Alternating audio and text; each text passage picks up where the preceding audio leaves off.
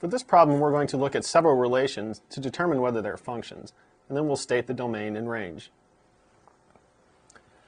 We want to determine whether each of these relations represents a function. For each of the functions, we're going to state the domain and range. So we'll begin with part A.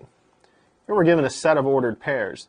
To determine whether this is a function, we first look at the x-coordinate of the ordered pairs to see if we have any repeated values. So we have 2, 4, 6, and 8. Since we don't repeat any of the x values, this is going to represent a function because we can't get two y values for the same x since we don't repeat any of the x's. Since this is a function, we'll write down the domain. The domain is the set of values that make up the x-coordinates. So we'll have 2, 4, 6, and 8 as our domain. The range is the set of values that make up the y-coordinates.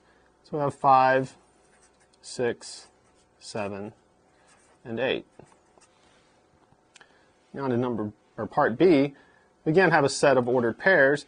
So we begin by looking at the x-coordinates to see if there are any repeated values. So we have 1, 4, -3, and 1. We've repeated this x-coordinate 1, so we now look at the y-coordinates.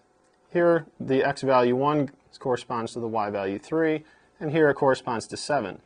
Since the single x value corresponds to two different y values, this is not a function.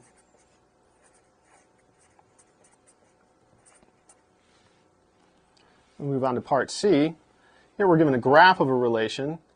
To determine whether this is the graph of a function, we use the vertical line test. Since we can pass this graph with a vertical line and hit it in more than one place, this is not a function because it fails the vertical line test.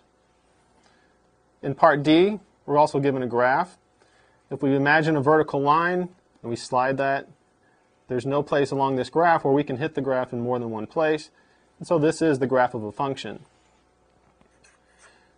The domain is going to be the set of all x values that would correspond to points on the graph.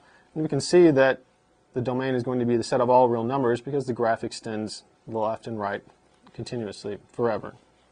So we'll write that the domain is the set of all real numbers. For the range is going to be the set of y values for all the ordered pairs on the graph. And if we look at the graph, it looks like the smallest y value is at 2. And because the graph continues to go up forever, we'll say that the range is y greater than or equal to 2.